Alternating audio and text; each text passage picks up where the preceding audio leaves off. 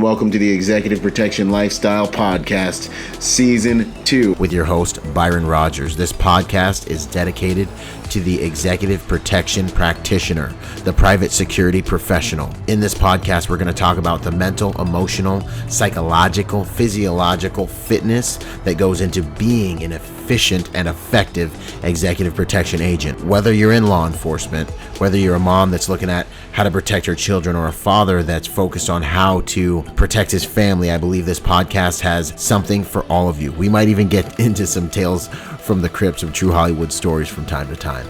I'm doing this podcast because I feel the reality of this job is simple. If you really want to be good at executive protection, it's more than just a job.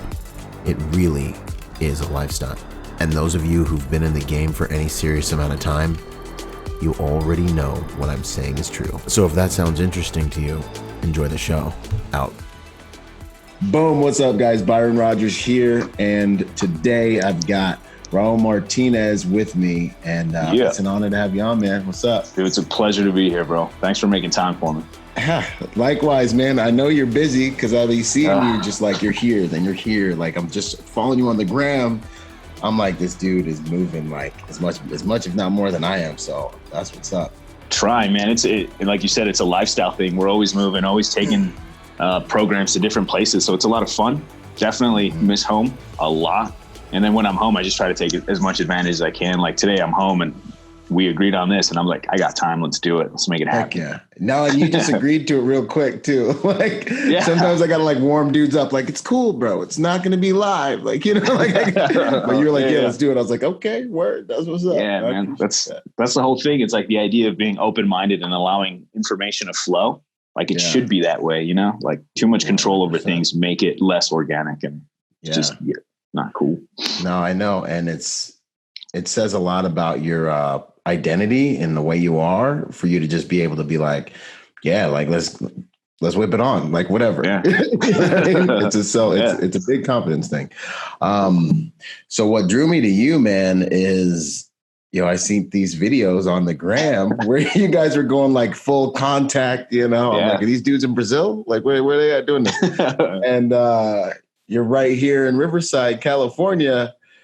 And I was like, this has got to happen. So I got to catch up with you guys at one of those courses. Then obviously I started following you and reading your content. And I was like, this guy's got some thoughts. I really want to try to get out to the game, you know, for protectors and for you know, regardless of vocation, regardless of background, man. So that's really what started this convo for me.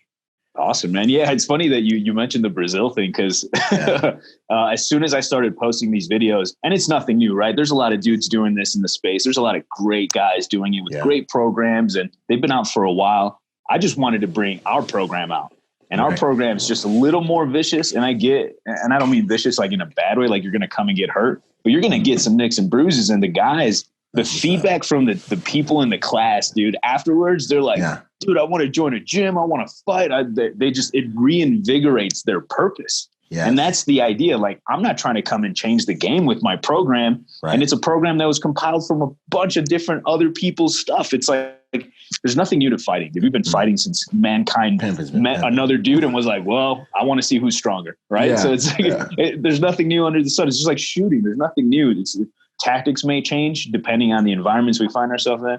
But there's nothing new about fighting. It's just putting together a program that's a lot of fun and it gives people the experience and it lets them know where they need to be and what they should be doing to get better. And that's what these dudes say. So now I have guys hit me up and they're like, I want to take your course again, but I'm going to go do BJJ at this gym or I'm going to go do boxing at this gym. And I'm like, that was the goal. To get training, dude. Yeah, that's always the goal. And that's the main thing. I got dudes hitting me up like, yo, I'm going to buy one of these guns or I'm going to hit this other gun. I'm like, bro, rookies purchase hardware. You need to invest in your software, bro. And that's really how you start to win this game. And the other thing, when you were talking, I feel like your training helps people understand that they're not so fragile. And that's like huge in today's world where like everybody's trying to be PC and I want to hurt your feelings. You know what I mean? Like it's so bad. God bless them. God bless them. But it's so valuable to know, like you can get punched in the face and you'll be okay. Like someone can slam you on the floor, like time to scrap, you know? And that's in terms of being a protector, It's like ridiculously valuable, you know? Like you should experience those things, and the confidence of experiencing it in training with dudes that are your boys. Like a lot of these cops, they're fighting. So we did a SWAT team not too long ago, and it was all team dudes, and they were fighting themselves. And it's like, you're never going to meet an opponent as strong as the strongest dude on your team. Like big jack dude, just like manhandling everybody. Healthy, like if you dealt with him, dude. like some crackhead. And I don't mean to insult crackheads, because now we have to be super sensitive. Yeah, like God bless the crackheads. Yeah, like, God bless them. Yeah, it's like they're not going to come at you. If they come at you, they're going to be jacked up and juiced, but it's not going to last as long. They're not going to be as strong. They're frail already because their bodies aren't strong. They're not healthy. Like, don't be afraid of them. Smash and go. And that's just the way it needs to be, man. But the experiences these guys get, it makes it a better team. Like, I got feedback from the team sergeant. He was like, hey, these guys are thrilled. They've been training together. They've been running drills together. Things we haven't been doing lately because everybody wants to just shoot. So now everyone's excited about hand-to-hand stuff. And that's the purpose, man. It's just getting people doing it. Dude, but Charneski fight team, do you follow that dude? Nah, Luis? I got him. He's one of the Brazilian dudes that everyone's like, hey, man, I think I do follow him. This dude. Yeah. I was trying to get him on last year, actually. And we like DM'd, and then, like it just got, I'm going to have to chase him down again. So I've been chatting with him, and I want to bring him up here. And he's like, I have a spot for you in Brazil, man. So I have a fight coming up for April, and just another MMA fight. Just doing it for fun. I'm not trying to go to the UFC. I'm just doing it because it's fun, man. It's a lot of fun, and it's really safe. No matter what anybody says, you're in a cage with another dude. Yeah, he wants to whoop your ass. You want to whoop his ass. You want to win. But at the end of the fight, you shake hands, and there's a ref in there, and they'll stop the fight if anything gets carried away. So it's safer than street fighting. You know what I mean?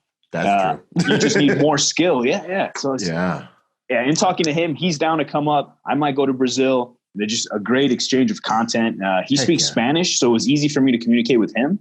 I thought he only spoke Portuguese, but it turns out he speaks Spanish. I was like, why speak Spanish? So now we have that bridge that we can cross together, and it should be a good time, man. I think you'd have a great time talking to him too. Heck yeah. No, he's an intense individual. Like, you can see like fire in his eyes and stuff. Yeah. Like his speeches, they're in Portuguese, right? Have you heard some of them? And he's like yelling at them, and I'm pumped. And I don't even know what he's saying. Exactly. You still feel it. For real. Something else that popped in my mind was like, this is an important gap, because I feel like firearms have really, really dominated the market when it comes to like the toolage of, protectors and things like that. But I think a lot of shootings, you can correct me if I'm wrong, I don't have a law enforcement background, but like people not knowing what they can do with their hands, being intimidated of physical contact with an enemy. Man, I think that might have a lot to do with people getting scared and shooting people when it comes to like anything, law enforcement related, even civilian related. Like you could just choke the dude out, but if you don't know what to do and you perceive it as a life-threatening situation, your force options are limited, man. So like getting people used to getting punched in the face and rolling around, I think what you're doing is good in that respect. Dude, you're absolutely spot on that. You don't even have to wonder beyond that. And I think you knew that that's what it is. Guys get scared. They're not trained enough, and it's their own fault. You take on a profession like ours, or I'm not a cop anymore, but when I made sure that I was training in law enforcement, or I was training in combatives. I was training firearms, like as a last resort. I don't want to smoke, dudes. Like killing people isn't fun. Like people think this is that's not the goal, man. Like, and I'm not soft in any way where I'm like, we can reform people, but the end goal isn't to take human lives. Like that's not the end goal, especially in a law enforcement. I get it on the military side. Hey, we're going to another country doing different shit. That's different. Here in America, you're dealing with Americans, so you have to treat people well. If guys lose sight of that. And that's a whole nother rant on law enforcement. There's a whole nother podcast. Professionalism. Like law enforcement professionalism is like the design of law enforcement was to just be a presence and not be so damn interactive. Right. So once upon a time, no activity, no arrests, no tickets meant you were doing your job. Man. And that's the way it was supposed to be. Now they're looking for numbers. Oh, how many arrests did you get? Now they're seeing you as valuable because you've arrested more people. They're shitty arrests. You're putting people in cages. I've been in jail, man. I was in jail for 2 weeks in a max fucking prison, and it sucked. I never wanted to do that to another human being. And that's an experience that a lot of coppers don't have. They've never been to jail. So they don't know what it feels like to have your freedom stripped from you, and everybody else is in charge of you, and you're just this little fucking animal in a cage, dude. Sitting around. It's rough. trying to be the cool. whole law enforcement, you're absolutely right, man. If guys were trained better, they would be less likely to shoot people because they know that they can control them physically. Right. And all it is training, man. Confidence. Yeah, absolutely. No, that's a valuable rant, man. That thought of, because I mean, even in Iraq and like all the war stuff, I've always known in the back of my head, like, so like I've been to war, I've seen some things, but there's one other frontier that is like, man, this is a real place to be. And that's in jail. And I remember I actually got hit up this year with a really weird, I shouldn't even mention it too much, but a weird opportunity to go to jail for like a little over a month. And I couldn't take it because I had clients and crazy things going on. But we'll see if maybe it comes back around, and I'm going to do it if I can. Dude. Because it grow you up, man. This stuff will grow you up. It's wild in there. That's what's up. Okay, so rabbit hole. Raul, what my opening questions, the usual ones, man. Who are you at your core? So why I wrote it down, I don't know why I wrote it down, because I know I went over this, but no, it's good, because sometimes that question just sneaks up on people. Yeah. And so I want to be selfish and be like, oh, it's all about me promoting this and that. And honestly, I just want to share what I've learned. Like, it's to teach and pass it on so I don't die with all this information that I picked up that I found valuable. And now it just goes with me. Like, I don't want that shit. That's why I teach. That's why I love teaching, is I just need to get it out. I want to write a kid's book for kids to have an understanding and have fun with things. And I want to do all these little things where it just passes on information, because when we take things with us and we make them ours, and then we like little nuts, like little fucking weird swirls, and you go and like you hide it. What's the point of that, dude? Like, share that with people. The idea of sharing it is the biggest thing with me. And I think I picked that up from my grandpa when I was a kid in Mexico. He would show me everything. I wouldn't even ask questions. He'd be like, you see that tree? That tree produces this. It does that. I'm like, whoa, that's awesome. I want to pass that on. Like, to just share information openly. And I think that's who I am. I want to be able to pass on everything that I know and make it just accessible to everybody so they can use it. Easy as that, man. So you're a teacher, man. That's what's up. That's funny. My orientation to teachers caused me to really not want to look at myself as a teacher, you know what I'm saying? Of some type, you know, like. But as I've gotten older through the years, it's just like, dude, what are you doing? You're teaching and and you're instructing, and you're trying to pass on knowledge. I think there's something really righteous about trying to pass on knowledge, man. So that's awesome. Well, you're teaching even when you're with your clients, I'm sure. When you're debriefing them on, route planning or advanced route planning or anything that you're doing, you're essentially teaching them just by briefing them. So then they now have the same insight that you have, that you took the time out to do this mission plan. When I worked contracts in Australia, that's how it was. We'd let them know what we were doing, the routes we were driving, the secondary routes, in case he saw we weren't going down those streets. He'd be like, well, he doesn't have to ask us where we're going. He knows that it's a secondary route. Just little things like that. So it's informing people, and they don't even know that, or you don't see it as teaching, but you actually are. So it's pretty cool. Yeah. I think really teaching is almost like selling. Like, everybody's kind of doing it, like whether they realize it or not.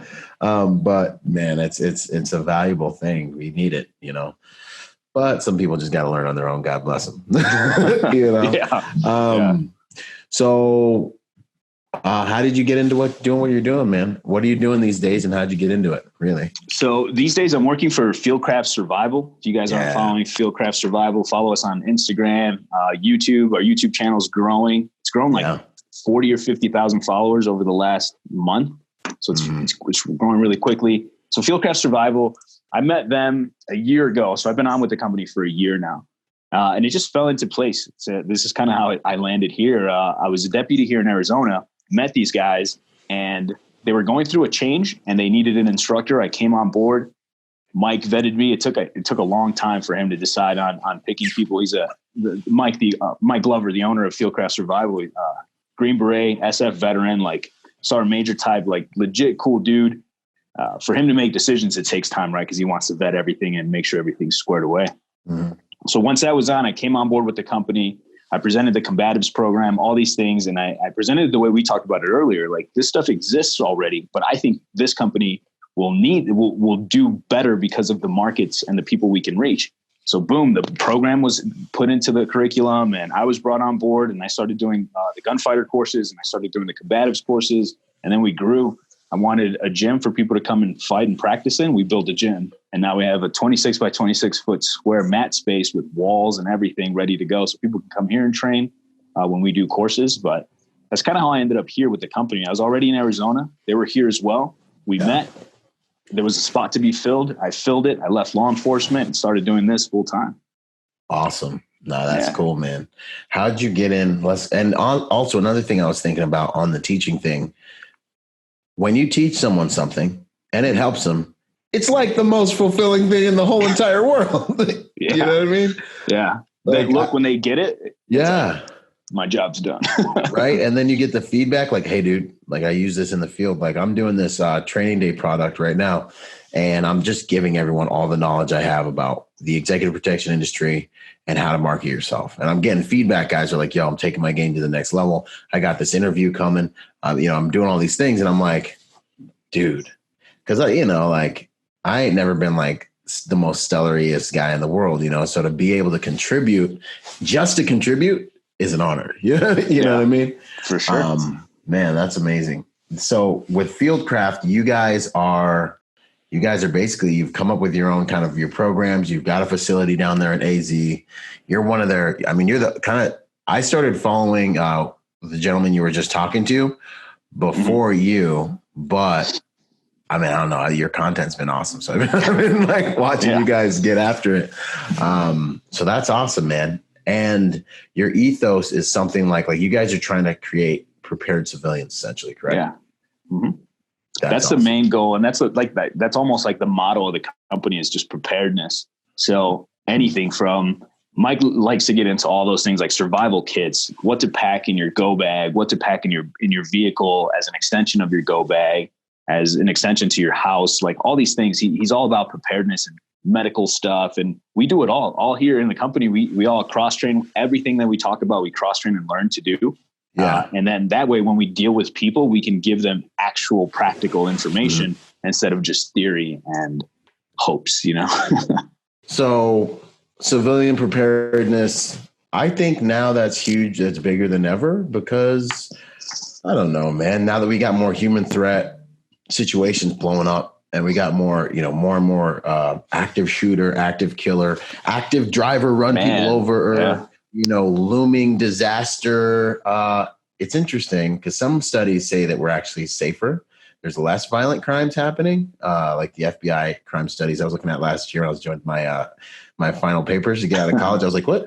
Like the 80s, there was more gun violence actually. But we're more connected now, so we're more aware of it. Something happens, we all see it.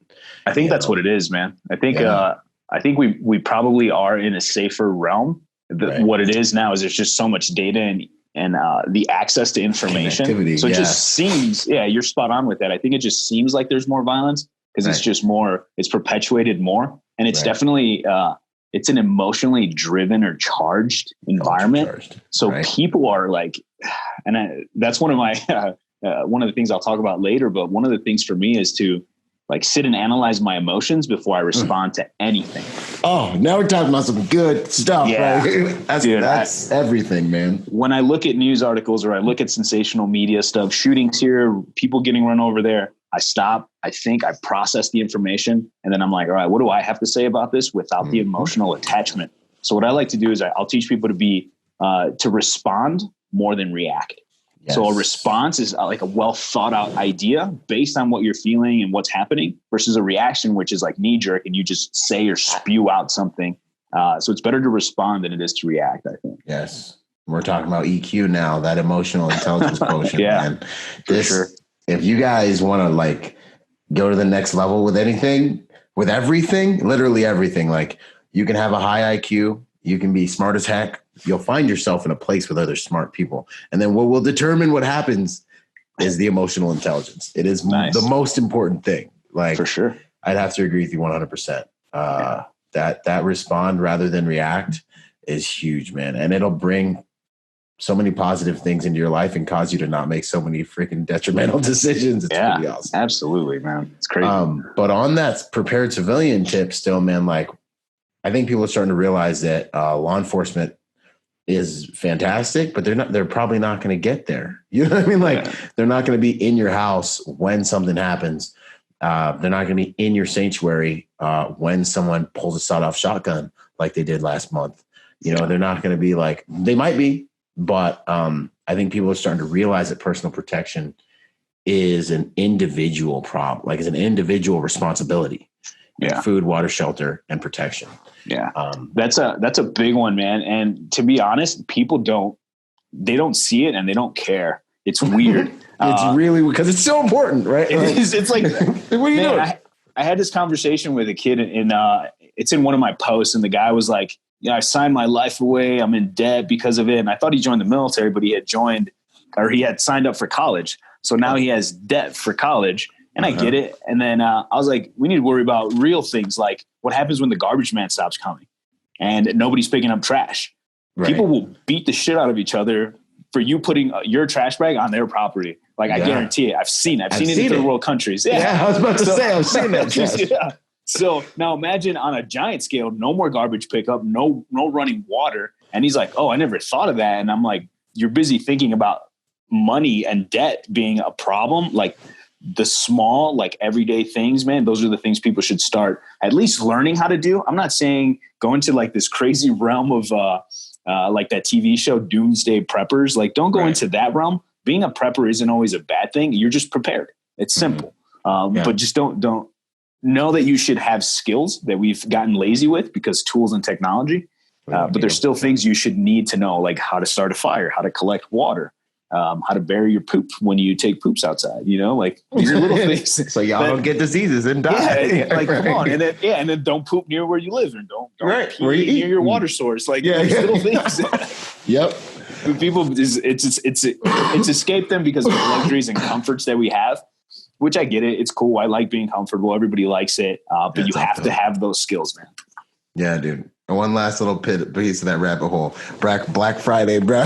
Black Friday totally is like a glimpse of like Armageddon for me. Like, absolutely. I'll be like low key reposting and watching these Black Friday videos, and I'm like, when whatever happens, if it ever happens, this place is gonna be mayhem. Like, yeah. Man, and people are going to take shit that is so irrelevant. They're going to be stealing those giant screen TVs, and there's no more electrical power. Yeah, like what's the point? At first, they're going to do that, and then they're all going to like be getting in fights over like baby wipes and stuff. They're going to go right back into like Best Buy that has like some baby wipes on the way out that no one thought about, and they're going to be brawling over that. You know what I mean? Yeah. Anyway, man. Okay. What? Let's see here. Yeah, what would you say is your mission, man? So the mission is just quality training, dude. There's a lot of guys, and there's just a lot of people in the space, and more power to them. And I hope that people do their research on how to better find who suits them. Mm-hmm. So narrow it back to that before I get into that other little rant. So if the mission is to just be genuine and provide the best that I can, man. Like, our programs we don't just put them out for fun or for financial gain. About half of the classes we do for law enforcement are free. We do a lot to give back, but the mission statement is just to keep people informed and prepared, man. And the emotional intelligence stuff, I think we're going to start digging a little more into that. We do a lot of the cool combative stuff. We teach people how to fight. We teach people how to shoot. But the emotional intelligence is valuable, but it's a hard sell. People want to buy cool stuff. They don't want to buy emotional intelligence. They don't want to train in those things. But I think coming from guys like you and myself and other people in the industry, if we talk about it, it'll become a thing. Mm-hmm. And maybe that mission will grow. So yeah, I'm totally with you on the soft skills, the soft skills stuff. So with this last Protector Symposium I did, so I had a live event November, Protector Symposium, about 250 protectors in one room.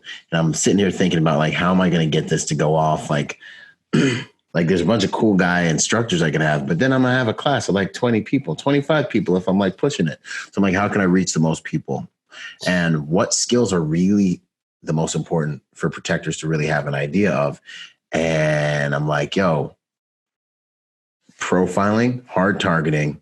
And then Mike Pannone was like, yo, I'll roll with you. And I was like, CCW stuff, you know? Yeah. And like, so I'm thinking like like I can't make someone a black belt in 2 days. What can I teach anybody, daughter, wife, SWAT officer, like the full spectrum, behavioral profiling, and hard targeting and what the enemy's looking for when they're looking for you. This way we can recognize them and also not be chosen by them. And so to what you were saying about the soft skills, I think we're getting into a world now where people are starting to really value that, like physical strength is good. But man, if we can master the soft skills, and I'm going to do everything I can to get that same message out. If I can teach my daughter, my wife to master these soft skills, it's kind of like they can have that kind of Jedi way of protecting themselves. For sure. And not to be cliche with like the eyes are the window to the soul. Yeah. You can see a lot of intent in people's eyes, man. That's true. With the kids, it's incremental, right? So I'm teaching them to make eye contact so a small example would be when you're crossing the street. You get to the street, you're going to cross it. You see a car coming up to the stoplight or the stop sign. Make eye contact with the driver so that the driver sees you before you start to cross. Right. As simple as that is, it's a very basic skill, but now you're learning to make eye contact and read people without it being too overt or like, who are you? What are you doing? Or try to like mean mug people. It's just common courtesies that have now become friction. And it's just that. It's just making eye contact. Okay, they see that I'm here. Now I'm going to cross. Now they can make decisions based on their environment and other humans, because humans are unpredictable, but we have predictable tendencies. Right. So, yeah. No, I dig that, man. That's it's the little things like that for sure go far. That's why I really don't wear sunglasses a lot when I'm doing EP work, just because I can communicate so much with my eyes. Mm-hmm. If someone's intimidated or uncomfortable, I can literally chill them out with like a smile, like, how you doing? What's up? Hey, excuse me. Like I can communicate with my eyes, and like, it's one of the things I teach my guys, man. Just like be friendly, be approachable, have a presence. You naturally have a presence. You know what I mean? Yeah. But those little things, man, that's huge. That's actually cool, man. You're one of the first guys I've heard on the EP world or out of the EP world that would roll without sunglasses. You know what I mean? Just because of that. And it's like, it's such a great point. You can diffuse so much just by looking at somebody and cracking a smile, and it's boom, done. Yeah. Respectful greeting. Yeah. Sure. Like common courtesies, right? Yeah, no, it's amazing. It was one of the biggest culture shocks I had when I came to SoCal, man, is like, no one says good morning, hello. And I'm like, hey, and I'm like, hi. And everyone's just like, and I was just like, you guys suck. But yeah, man, no, the eyes, that's one of my, because it's already a stressful thing. I walk in, I'm bigger than most of the people there. They're like, what's this dude doing here? I don't want my principal to realize that people are starting to be like, what's going on? You know what I mean? Because now you're starting to skyline things. So I do use a lot of that common courtesy, smiles, eye contact to de-escalate, just to bring the whole environment down. Yeah. Even common little things like sir, ma'am, and good mornings and good afternoons, like that changes the tone for a room. Bearded little Mexican dude walks in. I'm kind of stout. I'm not a tall guy, but I'll walk in and it's like, who's that guy? And then, good afternoon, ma'am. How are you? And then she's like, oh, everything changes. She's happy. Everybody else is happy because she's happy. And she's like the main one in whatever room you may be in. Like it's that simple, but I think it's a skill that's being left behind. Right. And it's probably your most valuable skill for controlling an environment subversively and de-escalating an environment, because then the way I explain it is you're having relationships with people all the time, these little micro relationships. You're gaining relationship capital with them as you're being respectful. Maybe you get a door. Hey, morning, ma'am. How you doing? Now when you have to ask this person, like, excuse us, you mind if we just slide through? Or excuse me, pardon me. You have to give them a command. Especially if you don't have a badge, now you have some relationship equity to work with. Exactly. And you guys are on positive terms. It turns out to be real valuable. Or if an emergency happens and you need to start like, you call 911. Yeah. Boom, you're in good standing with that trash, man. I dig it. Yeah, that shit should translate to law enforcement too, other than just the badge itself. Like, dude, the badge isn't necessarily an authority hall pass. Leverage. You know what I mean? Or leverage. Like, it's really just saying that the state has approved you to do this job. Now do it fucking right. You know what I mean? Yeah. So And I see it in a lot of law dogs, and it's unfortunate. When I was teaching at the Chicago Police Academy, it was cool to have a little bit of influence on those guys. Yeah. And try to tell them that, like, dude, it's about the people. It's not about the agency. The agency will replace you, and there's 100 dudes trying to take your job right now. And they can get it. So don't be an idiot. Treat people well, and people are who matter most in that job and in your job as well. Real talk. No, that's good stuff. And the last thing I'll say on that, the presence piece, you have the presence. You know what I mean? It has nothing to do with being big and like jacked and like tough or whatever. Like it's just hard to articulate, but just being who you are, people can look at you and they can tell like, okay, dude's been around the block, dude can handle himself. You know what I mean? Like it's like an organic thing. And I feel like a lot of dudes try to artificially like leverage that when they go into environments, and it's like ultra problematic, where when you're genuinely, well, for lack of better words, say a tough guy, you can genuinely be a nice guy, and it like has an even more compounding effect. Yeah, it's like an unspoken agreement, right? Yeah, for sure. No, that's good. Yeah, when you don't force it, people will try to butt heads with you, but when it's natural, it's just everyone agrees to it, not even knowing they're agreeing to it. Yeah. Right. And so for all y'all listening, become a genuine, capable, strong human. It affords you the ability to be malevolent and benevolent genuinely, because you can handle the situation and you can afford to be nice. You know what I mean? Yeah, and you don't have to wear the gear to let people know. Like, you ain't got to be wearing a tap out shit and like all this crazy gear. Like, just be you, and if it's real, people will recognize that shit regardless. That's real talk, man. Nah, that was one of the things I loved about your IG was you just seemed real genuine. Like you want to be genuine and like authentic. And I was like, all right, cool. Yeah. And I'll be completely honest, man. It wasn't always the case. Like I always wanted to be. So as a kid, it was weird growing up in Chicago, street life, kind of a hoodlum, getting in trouble, getting arrested. Apparently. Yeah. And then joining the military and coming back and getting onto the police department, which I had no desire to be a cop. It just kind of happened. I was in a contract in Australia and I get a phone call from the department and they're like, hey, your application's been submitted. It's approved. Come take the polygraph, come take the fitness test, and you're going to be in the next class. I was like, what are you talking about? I was dating somebody who was a law enforcement officer, and she submitted all the information for me. I didn't even know. Yeah. Awesome. So it worked out. It worked out with me being a cop and so on. But the genuine thing came one day. I was sitting there and I was like, you know what? I'm tired of how much bullshit there is out there. Yeah. I'm just going to be me. And if people dig it, awesome. If they don't, I wish you well. I'm not going to fight you. I'm not going to chase you down. I'm not worried about what you're doing. I don't see other instructors as competition. It's just dudes doing them, and I'm doing what I'm doing with our company, and just that's what it is, man. It's a lot easier to live and sleep that way. I sleep like a baby every night. Mm-hmm. I don't have to worry about egos or other people's bullshit. Yeah, like I really don't care.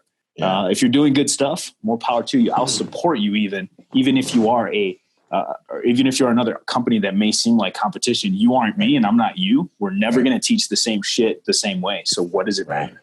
Yeah. It's that inclusive mentality. Nah, I dig that. We all have our journey, we all have to go through so also tactical background real quick, man. What's your background like? Yeah. I know they're wondering. We've been like talking and skipping around. I know they're wondering. So originally, like I said, grew up in Chicago, and Chicago is known for guns and activity beyond the normal of what's normal for cities, right? Definitely so true. Even as a kid, when I talk now and I carry a small wheel gun with no holster, like holsters are a luxury, man. I don't know a lot of street dudes who carry holsters, but people carry holsters, and it's a thing. And I get it. It's better. It's more secure for sure. I'm not advocating no holster carry at all, but growing up, pistols, running around the streets, thugs everywhere. Like it's just the way it was. It was a small community, Pilsen in Chicago. And that's what it was. Either you were going to be a firefighter, a cop, one of the local gangbangers, or you were going to be a mechanic. That was it. You didn't have very many options. Yeah. Like that's all you knew. Yeah.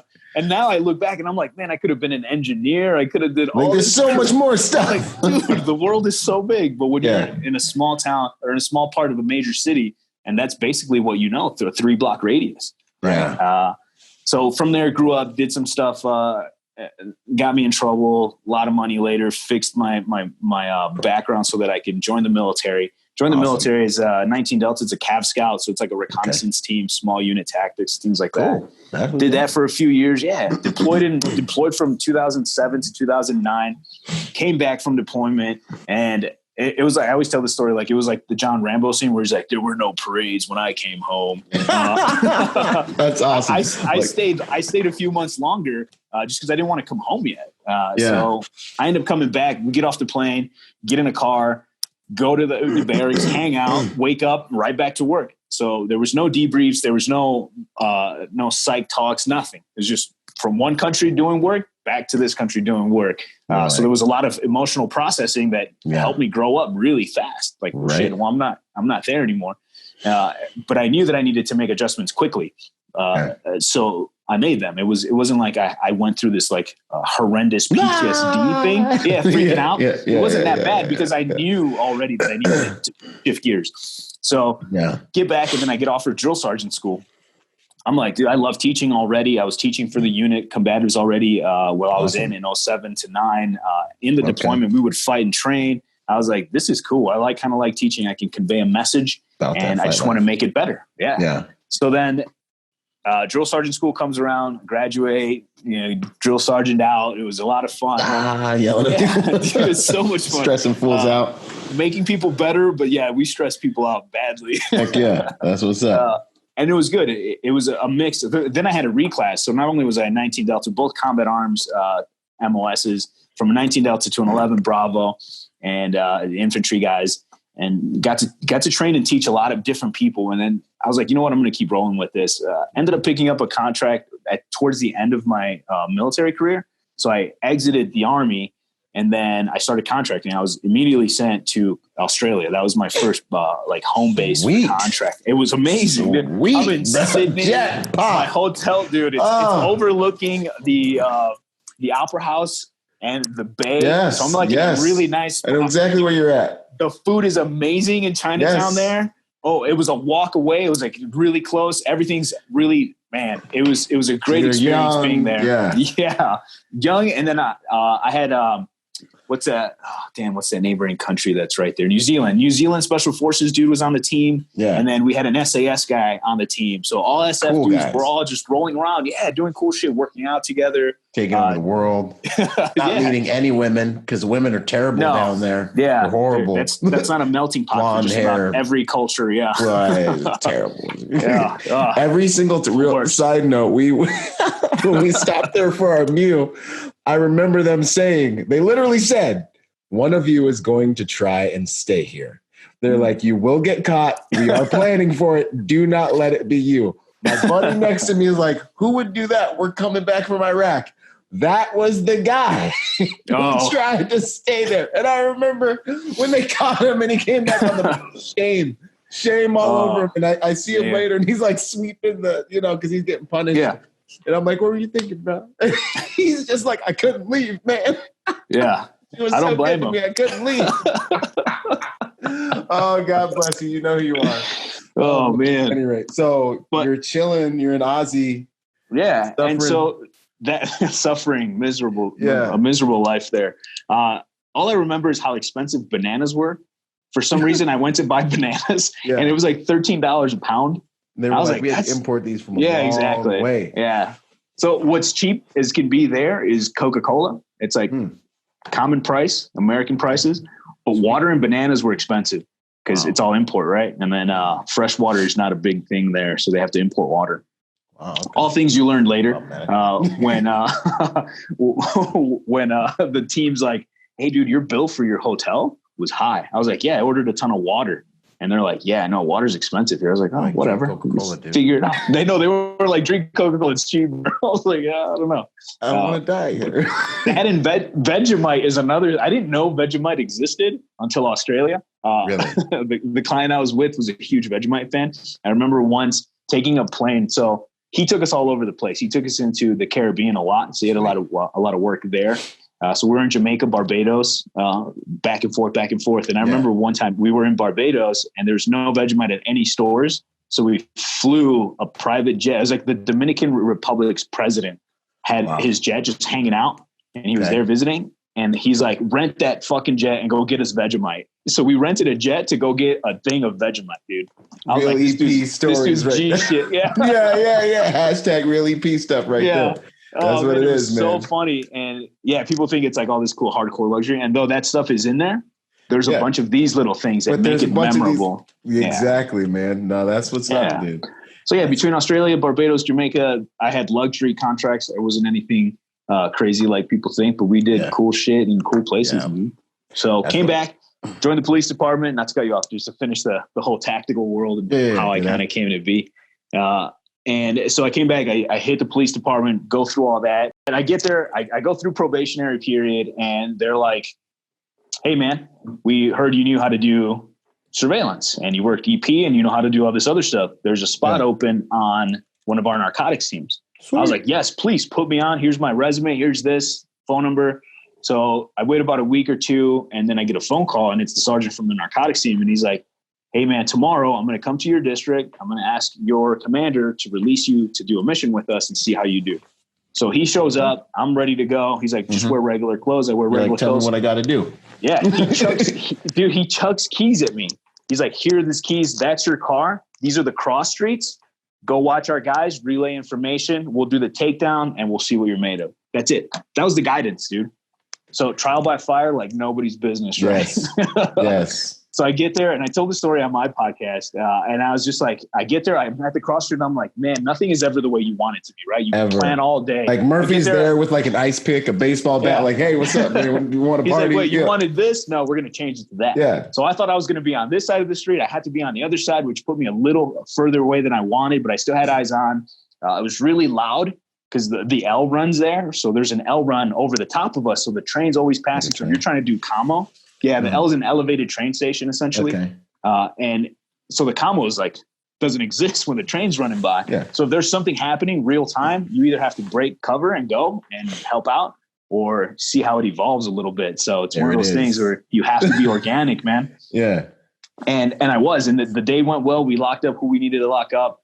And then boom, the guys were like, you're on the team. So within a year of being with the department, I was on a narcotics team running around low profile, buying drugs and doing cool shit with a bunch of cool dudes. And it was a great experience. Cool. Yeah. And then from there, I got another phone call. They're like, hey man, we know you teach, we know you're good at firearms and tactics. You want to come teach at the academy. So 2 years later, after being with this team, they're like, we're going to put you on a tag team as we transition you, right? So like, it's kind of the way to move people around. So it's not so obvious. So it's not like, oh, you were here one day, boom, now you're here the next day. Yeah. You're like in this little in-between spot. Yeah. They put you in spots where it looks like we're moving things the right way. It's the way the system works. Once upon a time, it was all recommendation based. Right. People knew who they wanted to have on teams. It didn't matter what your resume looked like. If you came with good knowledge and guys wanted you on the team, that's how you got on the team. And guys that's how who a lot know of selections work. Yeah. Yeah, like it's the way it's supposed to. Guys who know what the team needs and who know the job. Yeah. They point their finger at dudes who they know will work well. And those are the guys that should get there, not just because you test well. Right. Or just because you played the right game, or because you have to be, because they have to meet quotas. Yeah. And I get it. There's a time and place for all of that, right? There's a time and place to develop people and bring people on board. But there's also critical moments where the team needs something. And if they can get it, why not give it to them? Right. And that's kind of what happened with me. I ended up being in these positions where people wanted certain people in certain positions. And then I got those slots. Hence the 1 year wonder shit talk that I would get from the older guys. They're like, man, it took me 6 years to get here. It took you one. I'm like, well, I also speak better. I'm way more polite. And I don't teach antiquated things that don't work anymore. And they're like, what does that mean? I'm like, well, I'm not trying to insult you. I just want you to grow, man. Don't take it that way. So there was a lot of bumping heads with old school cats. I love those guys to death because they're regimented and they want things done a certain way and they've produced results. So I can't blame them because they've produced results, right? But there are better ways. There are better ways. And so I'm at the academy now teaching firearms, mainly tactics, helping with programs. And from there, I was like, man, I was maybe one more interview away from going on to the intelligence unit, which is like counter terrorism. And And I was about to, I wanted to, I was going to do it, but I flipped a coin in front of my boss and I was like, heads I stay, tails I go. It hits tails and I moved to Arizona. Boom. Just like that. I had everything pre-written and ready to go. He's like, you're one ballsy dude to live your life on a coin flip. I was like, that's how I do things, man. Wow. So then I get here and I did some deputy stuff. I did a year as a deputy here just to see the lay of the land. Very different. Politics are different. Yeah. But yeah, law enforcement training, military training, all sorts of military schools, all sorts of law enforcement schools, every single NRA instructor certificate that exists just because I figured it's a formality. You name it. I've been to that school. I've been to a lot of training courses to help develop myself with guys after the fact. I go to people's courses all the time. I loved learning from dudes. I think it's a great thing. And like I said, I don't see anybody as competition. So it doesn't matter if I go train with anybody. For me, it's just more work, man. Abundance mindset. I'm right there with you, man. And I can learn something from anybody. And that's my mission. You know, it's like, there's more than enough. Anyway, you said it already better than I'm. You said it, man. There's more than enough to go around, and everyone brings something unique to the game. Yeah. Like, we don't have a single cell that is the same in our entire 50 trillion some cell body. It's different. Yeah. You know. So I tell people too, is like, if you want to train, this is more like a caveat, I guess, but here we are, right? Yeah, right. If you want to train with an instructor and he's got no background, or you want to train with the most hardcore elite dude with the world's best training, it's your money.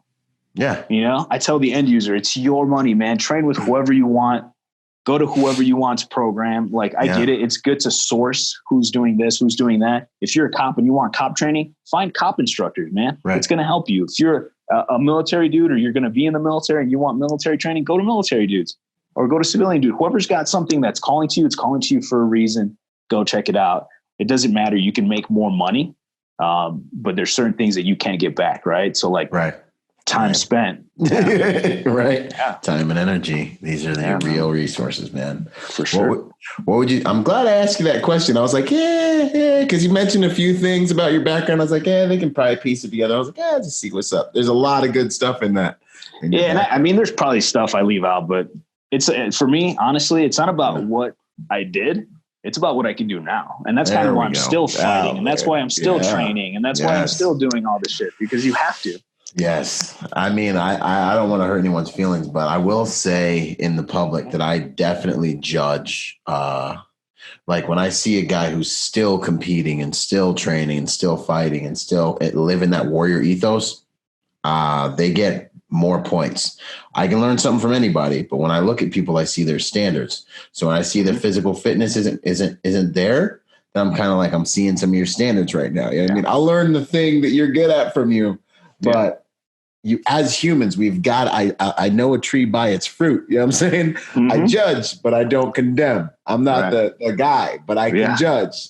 That's an orange tree. You know what I'm saying? So, man, I really appreciate that one. I mean, like Mike Pannone, dude, comes out, competes, smokes us with one eye, gets done with the competition, you know, go have a sandwich. I'm like, you're just going to come out here with one eye and just, you know what I mean? Like, you want to smash, and just kill everybody. And then like, you know, go, anyway. So guys like that, that's respect, man. Yeah, for sure. I remember training with Mike Pannone. I think it was like 2011, 2010, something like that. I took one of his 2-day courses. Like, he's forever. Great, man. Yeah, for real. Right. Cool dude, man. Really great guy. Yeah, man. He was at our symposium. But I saw that. Dude, he gets on platform, walks up to me. He's like, yo, check this out. He's like, I think I got it all right here. There's like 13 words, like bullet points on a cell phone. I'm like, Mike, I didn't say anything inside. I'm like, homie, you're going to be up here for 3.5 hours. Like, are you sure you're going to be good? In my head, I'm like thinking about ways I can like support him, and like help him if he runs out of content. Dude stood up there 3.5 hours, killed it, had an interactive conversation with the crowd. He goes, I don't use PowerPoint. If I want you to look up on the board, I'll put something up there. We're just going to have a conversation. Took the microphone and just killed it. I was like, this guy's got it inside of him. You know what I mean? Yeah, you're spot on, man. There's some that inside of people. There's some people that are just gifted.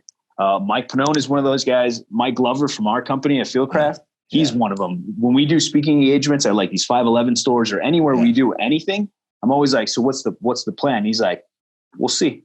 And I'm like, all right.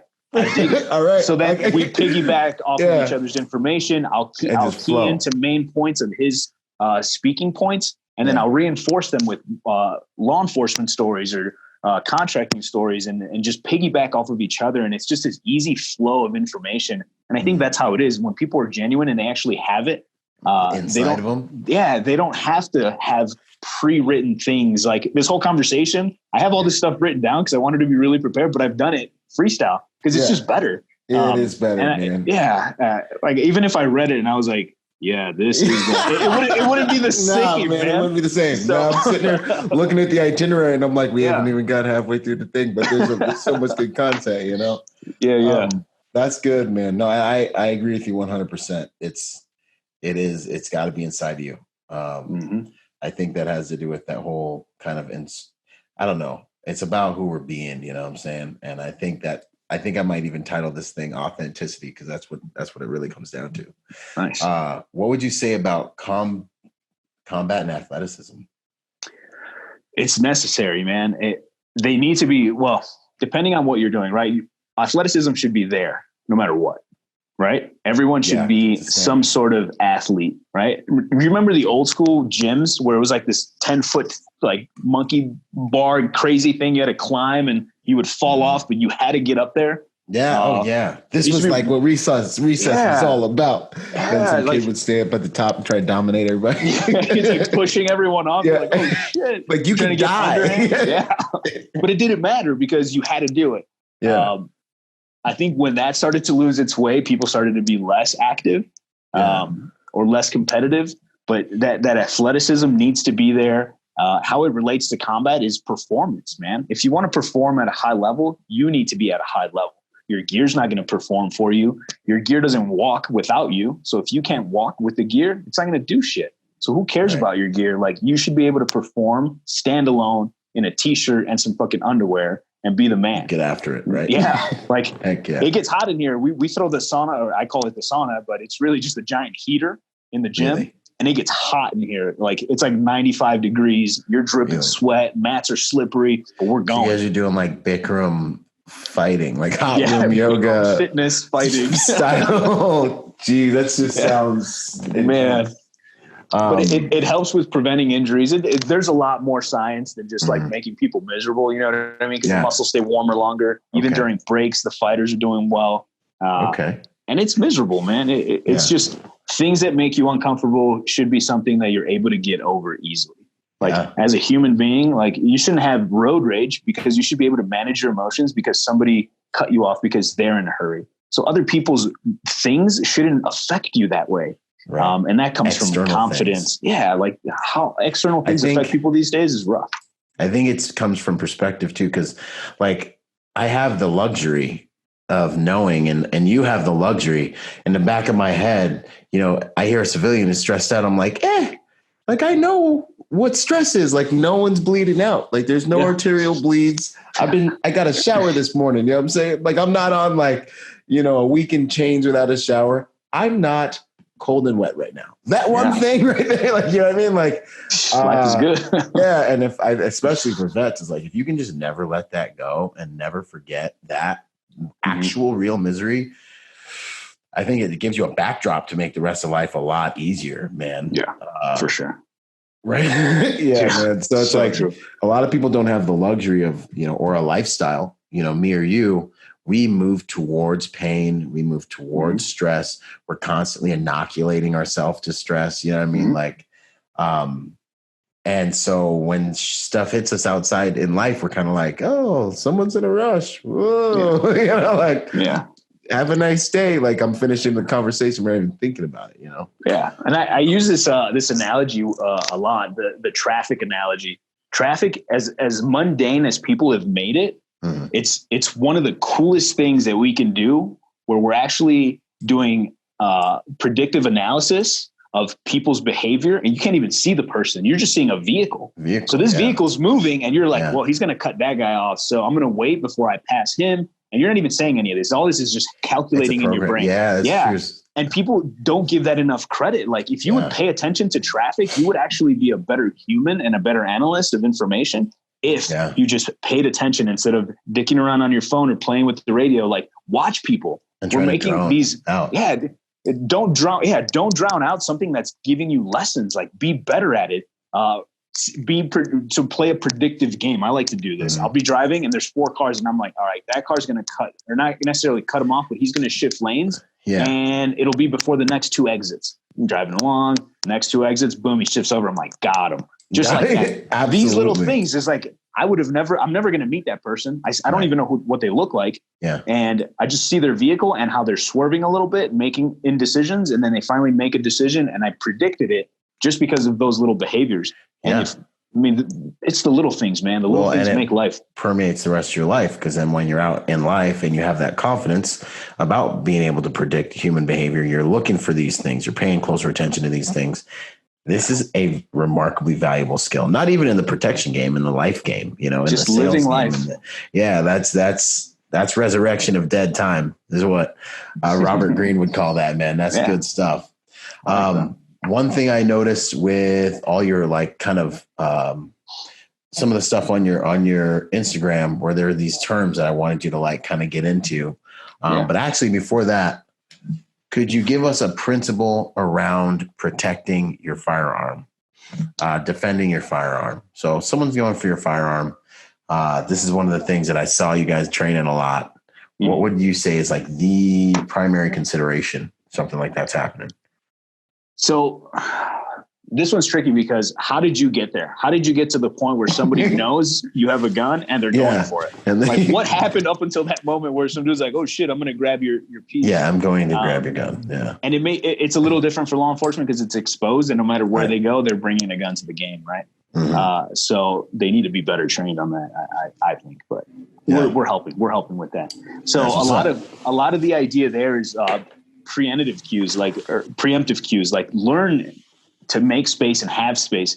So the biggest self-defense tip that I can give you for anything that I would give is go back to the easy things you were doing as a kid. When you were at one time the bully and you were pushing people, learn to push again.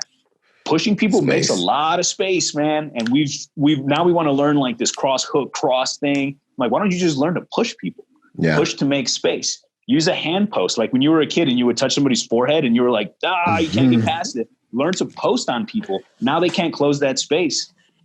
Those are big things for me. And don't get committed to the gun itself. Commit to the person trying to get to the gun. And the only way that person's going to get your gun is with their hands. So if you can dominate the hands, a little bit of hand fighting, a little bit of hand control and movement, you make sure that they don't grab you or grab your gear. But the big one is, how did it get there? And what could you have done to stop them from getting there? But after that, annihilate the dude. Don't let him take your shit by holding on to your gun, and then control the individual. And that's what you have to do, man. At that point, they don't want your gun just to go sell it. You have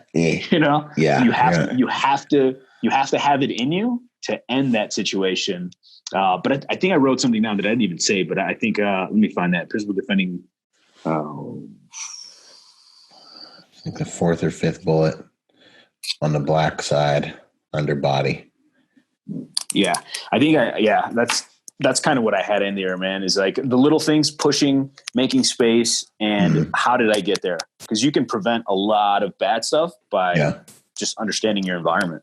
Dude, totally. That's why I chose behavioral profiling in the symposium. And because I post a lot of real world violence on my IG, which has got me I'm scared it's going to get shut down. I got another notification this morning. We're going to shut you down if you don't cease and desist. I'm like, I have a couple hundred videos just out there. It's just, anyway, but I also have 4 different profiles, but I'm sitting here and I'm kind of doing these after action reports. And half the time it's I don't want to sound like a broken record, guys, but situational awareness would have really helped this person. You know what I mean? It's so big. This is the bread and butter in the game, whether you're a 300-pound muscle man or you're a 90-pound lady walking home from work. Situational awareness is your make or break beginning of the fight. Yeah. Left to bang thing, Yeah. You need to know what is happening around you. And and again, it's not that you're beating a dead horse and people think that maybe we are. But what it is just understand the value of that. Right. You don't have to have 10 guns and 5 knives and tourniquets and all this shit if you understand situations as a whole. And seriously, I teach this a lot. I talk about understanding your equipment versus just getting good with gear. So if I understand how a tourniquet works and how it's built and constructed, I know how to manipulate it to my problem solving issue. So if I look at some legs that are pinned, I'm obviously not going to throw a loop over a pinned leg because I can't get through the limb. So, but if I know that just by looking at a tourniquet, looking at that, I can create a solution. So I like to teach people to create solutions instead of have something they can just throw at it. Like, don't have tools, have the solution by understanding the situation and understanding your equipment. Those two things, you can solve a lot of problems. A lot more. It's like principles versus tactics. Tactics is a narrow application. Principles, wide brush stroke. You can connect little tactics together and do some gangster stuff. You know what I'm saying? Hell yeah, for sure. That's what's up. I dig it. Fight to the draw. You guys, that was one of the things you mentioned in one of the training. What does that mean? So that applies to everyone that's carrying a gun. If you're going to draw that gun, you have to be confident that that's the moment to draw the gun. So just because I'm standing there and I'm going to sub-second draw and the dude is within a hand's reach and he can post on me or just off balance me or make me off balance, I'm going to lose what I've been training to be completely erect and perfectly straight when I draw and shoot. You know what I'm saying? Like you're going to be, it's not the time. So what I mean by learning to fight to the draw or earning the draw is, and it comes from a lot of other dudes who train similar programs, is you need to be able to to fight another human being, whether it's grappling or striking, and gain control of the situation, which means gain control of the individual, and then assess whether or not it's time to draw your gun and use it. It's hard to articulate something when you've gained complete control of an individual and then you pulled your gun out and shot him. Like, how do you articulate that? You've already gained control. Still in fear for your life. Yeah. Why not make space and separate? It's just there's a lot of stuff that doesn't get trained well, and it's the emotional intelligence and it's the ability to fight. The two things, kind of like how we ended up being together. Yeah, right. Well, and if you fight to the draw, you've earned the draw. It's validated. It's like, I fought to this place and I had to continue because after fighting to this place, I still couldn't control this person and I was still in fear for my life. So that's why it escalated. Like an example, like if we draw, if you could subdue him, you would have. So like I get caught off guard. So he hits me, I fall down. He's still hitting me. I'm able to like brush the hands away as I clear garment and I shoot him because that was the last resort because I didn't want to keep getting hit. And I felt like he wasn't going to stop hitting me. Right. And I didn't want to die. There's an articulation of fighting for your draw. You put something in between you and the person and you drew your gun and you did work. So that's what I mean by fighting for the draw, not necessarily just gain some control and then pull your gun out and shoot dudes. Like you still have to assess the situation. Yeah. And if you're one up, it's hard to articulate shooting people. Once you're in control, could just be murder at that point. But and it goes back to what you and I spoke about right in the beginning, where if law enforcement dudes were just trained a little bit better, and it's not, sometimes it's not their fault. Sometimes the agencies are just really soft agencies, and that's just how they do things. And sometimes these dudes need to go out and find some training. But not every situation do you need to draw a gun and shoot people. Like, grab these guys, man. You get a lot of respect from people when you just go hands on, and you really do. Because that's how we're raised, right? Yeah. I mean, my mom was tough and my dad was tough, and I understood getting hit a few times was like, all right, I'm done. I'm over it.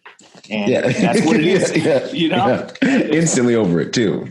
So people respond to that, and we teach like a big slap. So from Fit to Fight, Ryan Hoover. Do you know Ryan Hoover? He's the head guy over at Fit to Fight, and I learned a lot from those guys. I got my black belt in Krav Maga through them, so I don't even advertise that because it's just it's internal house training little things. So we teach a power slap, which is just, man, my mom used to slap me. Underclap. You slap somebody, you put them in their place, dude.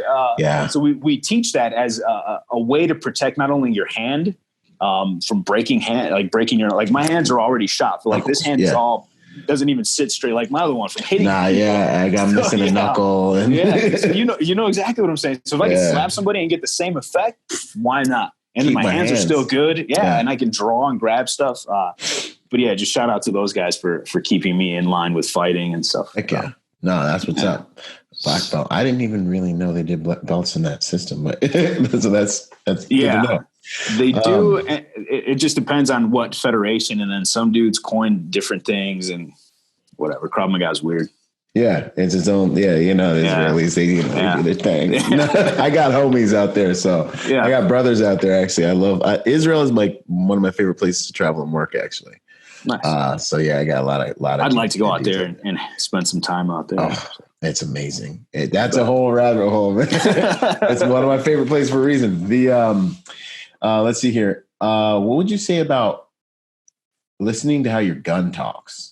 Oh, the gun talk conversation. Yeah, man. I was like, what's up with this? This is cool. Yeah. Because, I'm a gun guy. What's up? Yeah. And I think it's once I explain it, it's going to be kind of like I know that. Everybody knows that. So when you're shooting your gun, it's talking to you, right? Mm. And that's how I see it. It's talking to you. It's letting you know that it's working. It's cycling. It's doing its thing. As soon as you go dry, it says something by not communicating. And essentially it's looking at you for more. It's looking at you for support, right? Yeah, chamber. You're like, oh. Yeah, it locks open. And you're like, hey, dude, feed me. Yeah. And I'm like, whoa, here you go. Here's some more ammo. And then it talks again. When it's jammed, it's talking to you again, too. And when you look at it, it's like when so reading lips is a big deal, right? Or how you were saying you communicate with your eyes. Yeah. When I look at it, I can see that it's no longer telling me what I want it to tell me, which is I'm firing rounds. Yeah. Yeah.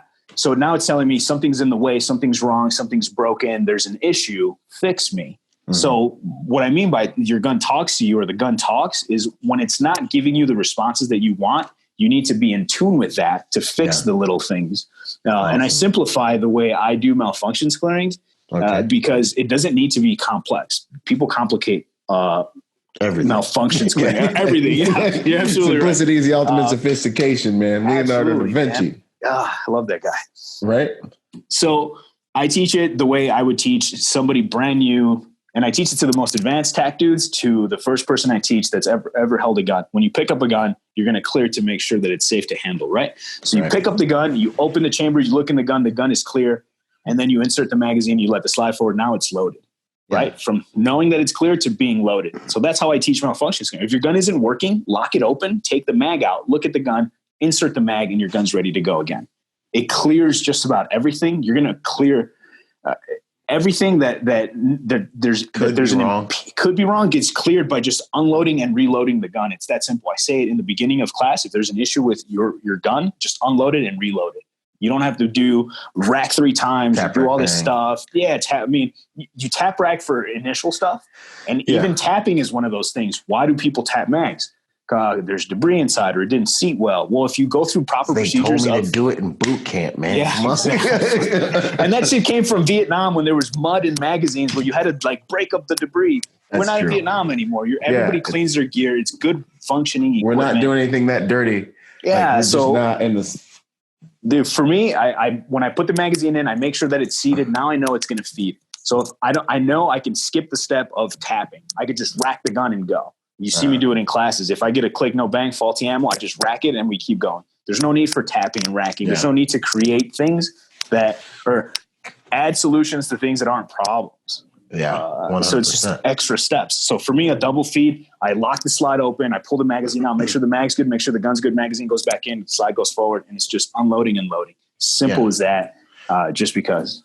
No, I dig it. And honestly, after you fired about 5 or 6 rounds, for me, my gun's starting to talk to me. Like, it's like, yo, you're getting a little bit lower on ammo. A little bit lower on ammo. Got a little bit, you know what I mean? Like, so until it screams at you, like, until it's like, yo, fix this, and I'm like, I got 1 or 2 in there. Fix this, That's what's up. No, I dig that, man. It's that communication loop. Yeah, and I try to use that for people because people aren't inherently intimidated by dangerous things, right? So guns intimidate a lot of people. And if I can make it a common thing where it doesn't have this aura of mystique and complicatedness, we can make people better faster because we eliminate that part and now they're emotionally involved instead of emotionally scared. Yeah. So it's just an easier way to describe something that's happening with the gun. Heck yeah. No, I dig it. And it just makes them pay attention more, I feel like. Yeah. What would you say about so we had this post a little while back and it came out of nowhere. I woke up one morning and this dude was doing 360 degree shooting in his like at a 360 degree range. And I didn't know what to think about it because I was like, well, I mean, it looks fast. And then I was like, I mean, you can't just do that. Like, I can't just do what he's doing. Like, he's been practicing this, and everyone had all these things to say. And I was like kind of impressed, but then I was like, is this dude safe? But then I was kind of like, I kind of want to know how to do that. You know what I'm saying? And I looked at all and I didn't even say, I should pull up my post, but I didn't say anything other than, who is this guy? Where is he? And like, what do we know about this guy? Like, find this guy. I want to talk to this guy. And everyone was like throwing mad salt underneath the thing. And I was like, just reading the comments. And then I saw your post on it. Yeah. I think you said something like he's still faster than everyone. Everyone out here hating, this guy's still faster than you. I do things like that on purpose just to remind you that instead of spending time hating on motherfuckers, go train and be better. It's like you said earlier, you can't get time back. So you're all those 5, 10, 15 minutes, you're shit talking this dude. Those could have been reps you worked to just be as equally as fast as that guy. And hey, man, I don't know where that guy is or what he does, but he's fast. And if that's his MO and that's how he handles business, bro, like, who am I to tell you how to live your life? You know what I mean? Right. I can respect that. I mean, shoot. I don't pay your bills. I don't put food on your table. Like, that's you, man. Live, bro. Live and do you. And I try not to throw hate on a lot of folks. And even my posts when I do like law enforcement, like breakdown videos, I try to find videos where cops do good things and highlight the positive. There's enough pages out there just like smashing cops and talking shit. I'm like, well, if you guys really wanted to help, you'd put up a training course or fucking take some cop shooting or do something for them instead of just talking shit. Talking shit doesn't solve problems. No, it amplifies them really. So I appreciated that when I saw that post. I was like, another real person just being honest, because that dude's fast. He's an issue. He is. Wherever he is. He'd be hard to deal with, man. Yeah, exactly. Anyway, no, that was good stuff. So let's see. You mentioned at your courses, and I think I know why this is, camaraderie. Why do you think you said that, at your courses, you guys experience a lot of camaraderie? Why do you think that is? So it's by design. What we're trying to do is, look, I know that there's a lot of companies people can train with and you can spend your money with. And the design of what we're trying to do is to create and build this camaraderie, like you talked about, between the people in that class. And it's happened to the point where dude's like, oh man, I live a block away from you. I didn't know you shot guns. I didn't know you did that. And he's like, yeah, dude. He's like, we should hang out. And so now you're helping people build their own networks in areas that you're visiting. So I'm just a liaison. Like, I'm bringing information. I'm going to teach you how to shoot better and faster, or at least give you what I think is better and faster for you that day. And then you met a dude who lives in your neighborhood in the same fucking cul-de-sac you didn't even know are in the class. So it builds that camaraderie, builds the teamwork. And what it does a lot of the time, it helps people take responsibility for themselves and others. And I'm like, I'm not going to be there when you're dealing with shit. You're going to be alone, or you're going to be with some random stranger. And if you guys can become friends quickly, you can handle situations together. That's 2-on-1, too easy.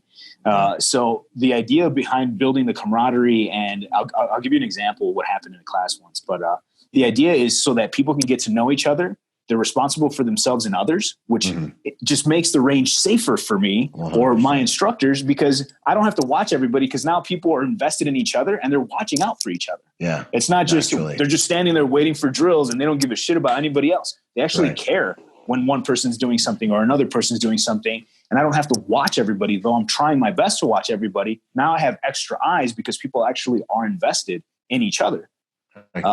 I had this dude, Jack dude, in a class. He's an instructor from another company. He's in a class, and I kind of gave that spiel about building camaraderie and teamwork and working together in ranges, especially our courses. And I was walking up to the line, and somebody, I think the guy drew his gun, and he shouldn't have, and he put it away. And the guy's like, hey man, just don't draw that unless we're doing drills. And I'm walking up right when that's happening, and I look at him, and he looks at me, and he's like, hey man, my bad. I didn't mean to like jump in on your shit and like tell him what to do. And I was like, actually, I came over here to say thank you. Yeah, because by all means, you're doing stuff to be proactive in a class, bringing unity and comfort to the whole platform. Yeah. And he's like, oh, and then he just kind of went about his business. And then at the end of class, he's like, dude, that's the first time that somebody told me that was cool. And that was something that they looked for. Usually I go to classes and people yell at us for getting involved in the instructor's role. I'm like, dude, my job is just to share information. Like, let's get better together and build this network. So now we build a network of people who are invested in each other. And Tactical Hive is a company that came out and did a review on our course out of Southern Cali. And the guy talks about it, Miles. He talks about that. And he's like, man, the camaraderie in this class, everybody's looking out for each other and people are invested. People know each other's names. We go out and eat afterwards and hang out. And I'm like, hey man, hit me up if you need anything. Like, hey, I'm here. If you want drills, like all this information doesn't belong to anybody. If you want it, hit me up and I'll send it to you. And here we go. So it's that idea of leaving people with more people in their network just by coming to a class. Awesome. Easy. Yeah. That is awesome. Yeah, no, Miles with Tactical Hive is the man. He's cool. Dude. He has that same abundance mentality where he's like, nah, we're not in competition with anyone. We're trying to build everyone, trying to build the industry. He did a review for us on the Protector Symposium. Awesome. And I'm going to see if he's at SHOT Show this week and bug him. But I might see if I could have him come on the podcast too. Just because he's cool training with everybody, he's talking to everybody, you know. It's Small World with Miles. His brother and him run a school in Chicago, New Breed Jiu-Jitsu. I trained at that school when I was in Chicago. Wow. And then when I met him in Cali, I told him about it. He's like, oh shit, dude, you were at my brother's place. So it's That's Small wild, world. man. Yeah. I was with them at one of Mike's courses together and they were like, we're just kicking it. They were shooting, mixing it up, man. And with the community and the camaraderie thing, that's one of my goals. I'm rolling out this Protector Nation brand, and it's literally about making good people more dangerous.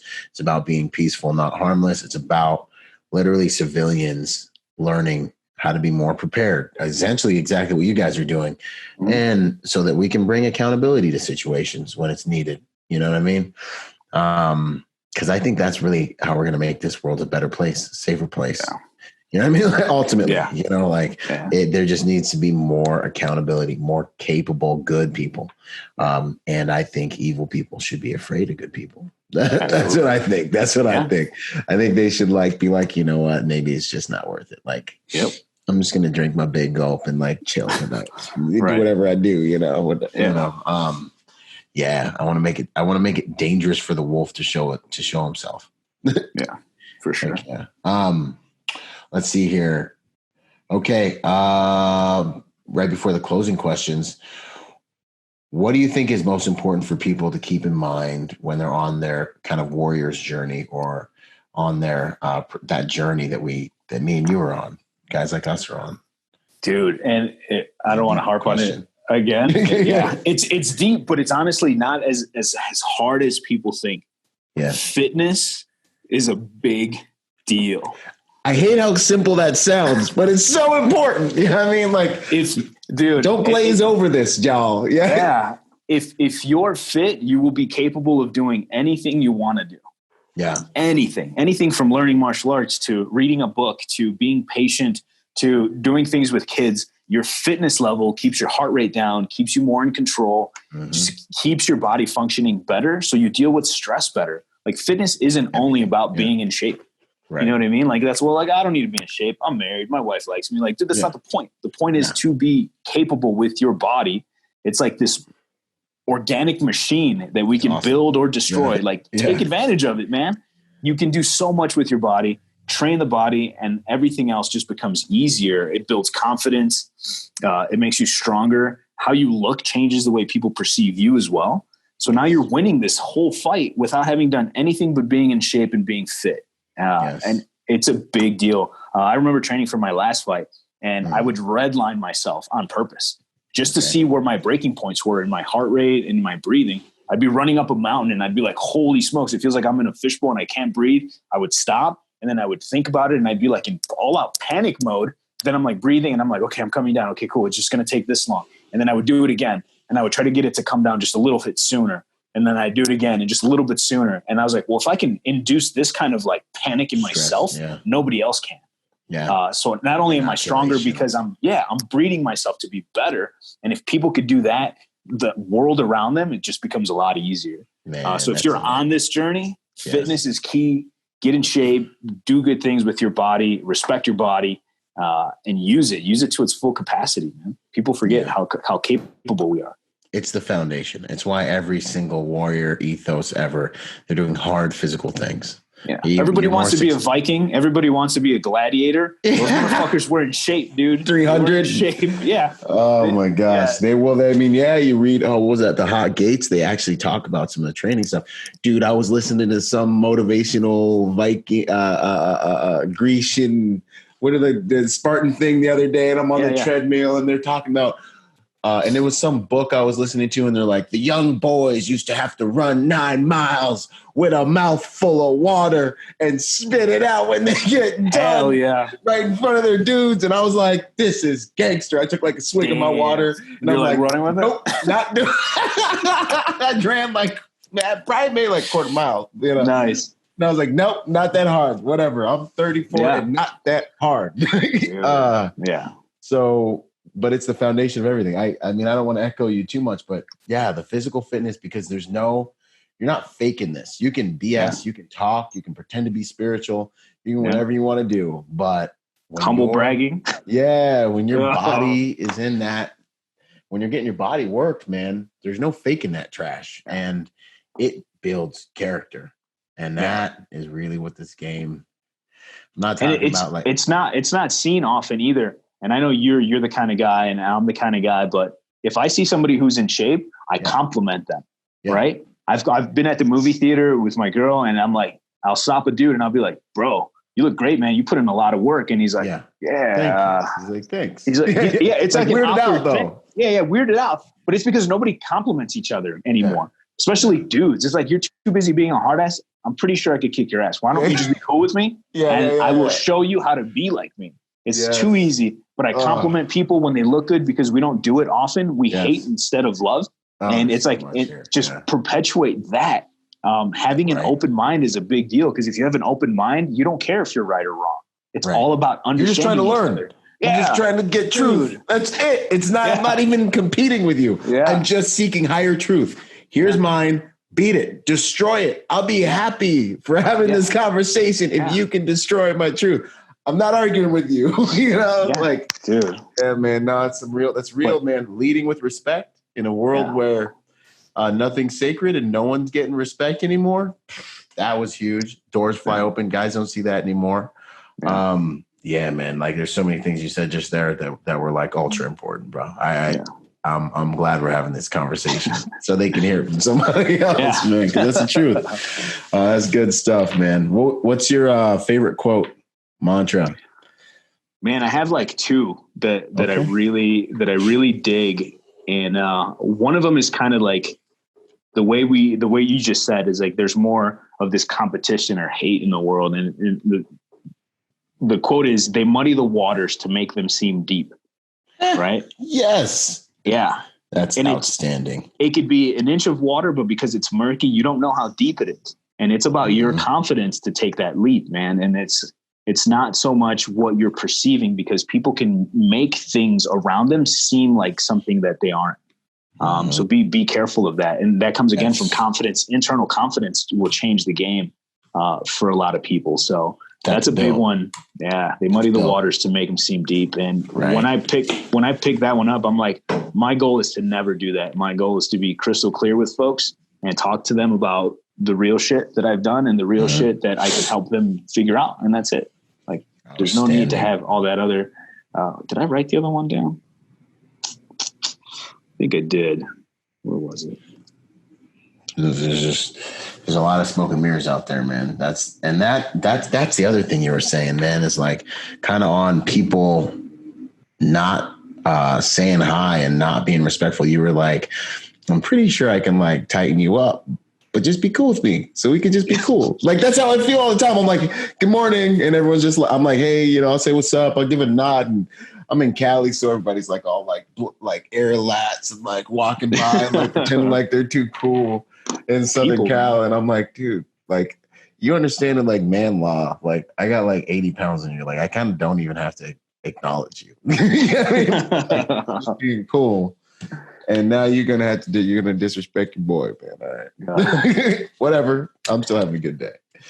I don't know where the other one is, man, but that one for me changed the game in how I live my life and how I don't want to do that to people, because people matter, dude. No matter what, we're social creatures. As much as you want to say that, oh, I got it all by myself, we rely on people not even knowing that we do, and it's important to keep those relationships. So don't be the guy who muddies the water for no reason.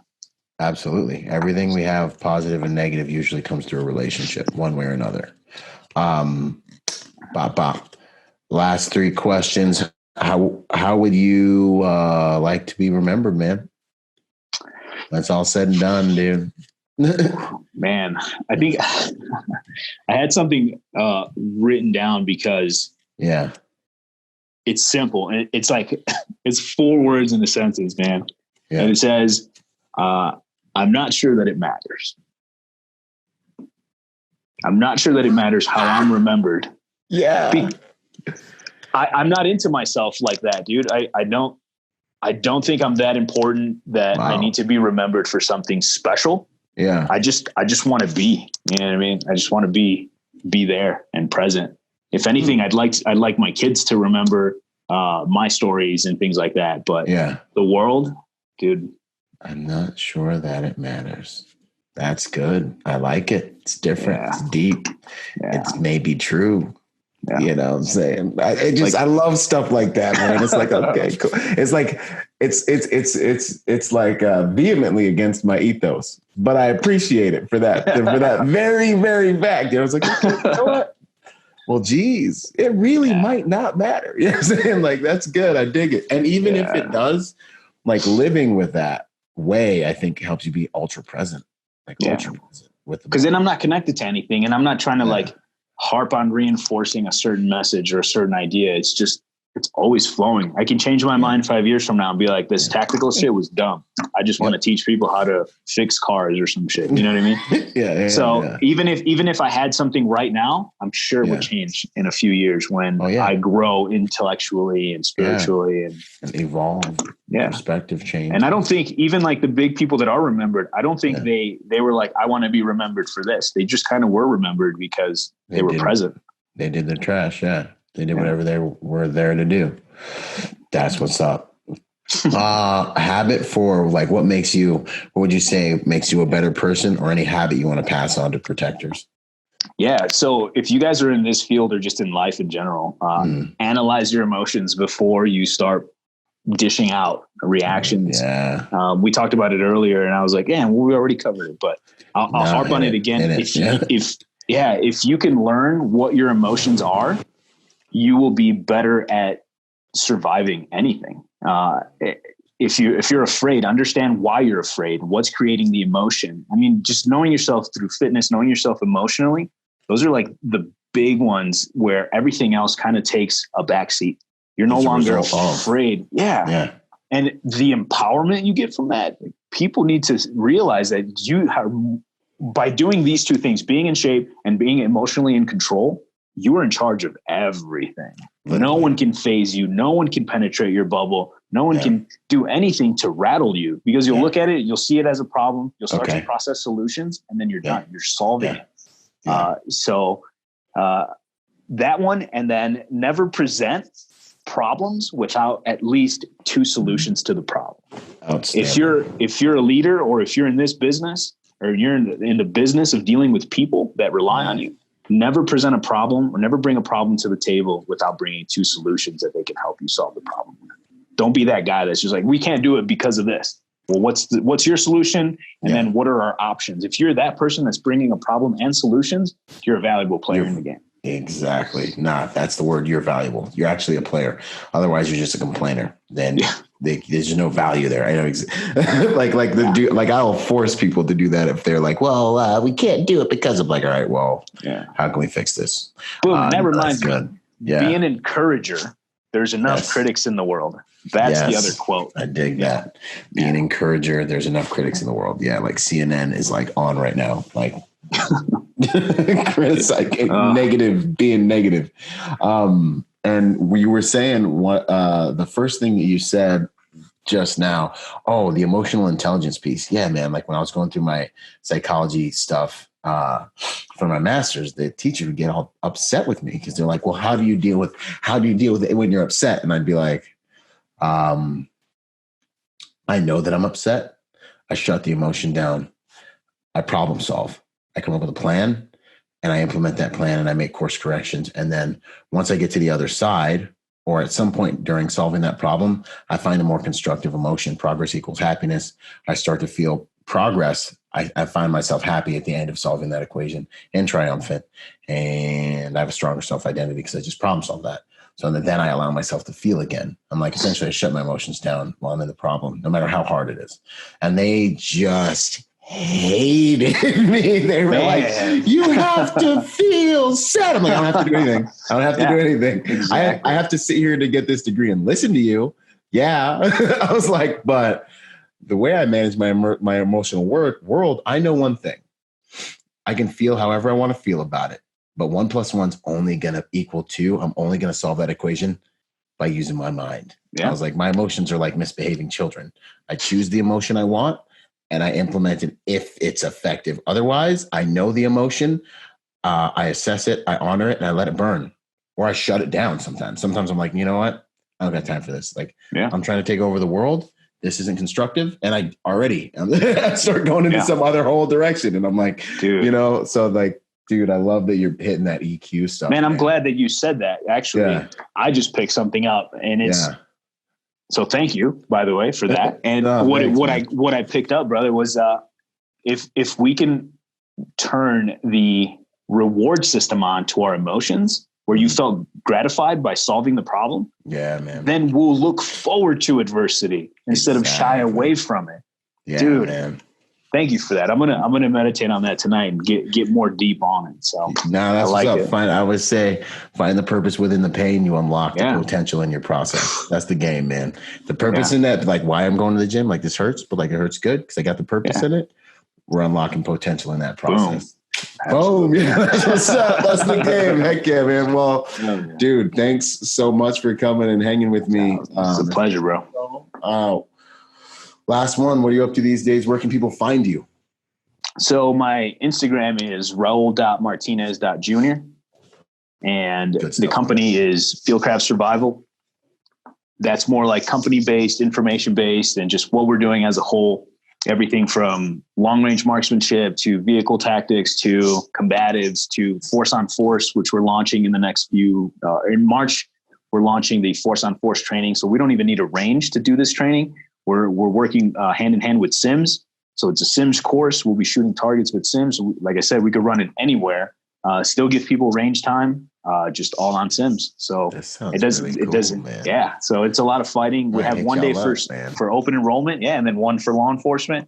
And it's just going to be 2 hours combatives, 2 hours of the dry pistol work with the sim markers, and then an hour of force on force scenarios where you get to test and evaluate yourself. So it's what you've been seeing in the videos, but the evolution of it. So we can do it anywhere without ranges. It's a lot more. It's a 1 day, practical. 2 day. What is it? It's a 1 day. A lot of our programming is 1 day. Yeah. Dude, this is cool. It's by design. By design, the company runs a 5-hour training course and it's a 1 day event, because what we've seen is people, when they go to shoot at about 300 rounds, they're tapped out. They're done. Newer shooters, right? Even some experienced shooters. And I've done it in classes and it can be verified by students. I'm like, what time is it? They're like, oh, it's about 11. And I'm like, I knew that. Or I'll be like, it's 11, isn't it? And people are like, yeah, you can just 11. Feel the arc of energy. Yeah. And I'm like, I can see just the way you're shooting that we're about 250 rounds in. Everybody's about to hit their peak and then be done. So that's why the classes are 5 hours. We don't do lunch breaks. The only breaks you get is drink some water and jam some mags. And that's it. We run for 5 hours straight. And by the time we're done with 5 hours, people are tapped out or they're done shooting. So one of the two is we try to keep it at the safest, most possible ranges. And that's the safety measure. If people are tired, they're going to make mistakes. If they're not invested anymore, they're going to make mistakes. So we try to catch them before that tail end. So like an 8-hour course, it's fucking outrageous. to keep people that long and then take their money while they're on lunch for an hour. It's like, you know what I mean? Yeah, that's a thought, man. Dang. And so for us, we run it differently, and that's just explaining kind of how we run things. And yeah, and it's about people's potential. They tap out at about 4 to 5 hours, or they're done shooting at 300 to 400 rounds. So that's why they're 5 hours. And then the 1 day thing is we can convey the information, and if you need more, seek more training. Come back to us or go to somebody else. But everything's run on those blocks, and they're fun, dude. People love that. Love the way the programs run after the fact. At first, they're always like 5 hours, and then later they're like, "Oh, that makes sense." And then they're like, "Okay, cool." And then they go through it, and they're like, "That was perfect. That was just enough." That's cool, man. Any websites? Anything? Yeah, so fieldcraftsurvival.com. Under training, they'll see all of our list. I think we're booked 3 weekends of every month for the next year. Like you're already full, or like? Or we have dates on the board. Okay, cool. The Chicago one, which is 5 months out, is I think there's like 4 slots left, which is crazy to sell out classes 5 months in advance. But people are looking for training, and it's an area we haven't been in. So if you want to train, fieldcraftsurvival.com or Instagram, Fieldcraft Survival. My Instagram, Raul.Martinez.Jr. Wow. If you guys have questions, comments, concerns, hit me up. I try to answer all my DMs. So it's a good time. Y'all coming out to California anytime soon? What's up? I'll look, but I don't know if you got anything on the top of your head. Yeah, we'll be in Paris, California, which is near Riverside, which is near you. So, I'm doing a concealed carry pistol and a low-profile carbine deployment the 29th of February and the 1st of March. Okay. So we'll be there for that. Man, if you get a link up with you there, bro. That'd be fun. A little bit of something. Okay. Yeah. Dang, that's what's up, bro. All right, cool, man. Well, dude, thanks so much for your time. Thanks for sharing. It's an awesome message, man. So that's good stuff. And I think the world would be better for our time we spent here, man. So that's what's up. I think so too, man. Thanks for having me, dude. I don't do a lot of podcasts. I don't know if I just shy away from them, but I definitely pick who I talk to. And people, you just know when you look at their content, you know their vibe. And some people have it, some people don't. And there's no need to like name drop. It's just one of those things where like the people that do, surround yourself by them. And that's what I feel like we did. And I'm super glad that we got to narrow this down like 1 day notice. Like, let's do it. Like, hey, bro. That's what's up. No, that's how you, like you said, that's how you know. It's like, it's easy. If it's too hard, it's not worth it sometimes. Yeah, it's not quite right, Yeah, for sure. That's what's up. Yeah. All right, brother. Well, I'll see y'all out. I'll see you hopefully on the range soon. And thanks again, man. Yeah. All right. Boom. Yo, if you're a private security professional wanting to take your game to the next level, go to executiveprotectiontrainingday.com to check out my personal success package for private security professionals. Essentially, it's everything I know about executive protection and a lot of soft skill training on the techniques, tactics, principles that I believe make it so some protection agents succeed while others fail, regardless of background. Anyways, check it out, executiveprotectiontrainingday.com. And remember, y'all, hard skills do save lives, but soft skills get you paid. Boom. Go to executiveprotectiontrainingday.com to take your executive protection career to the next level. Out.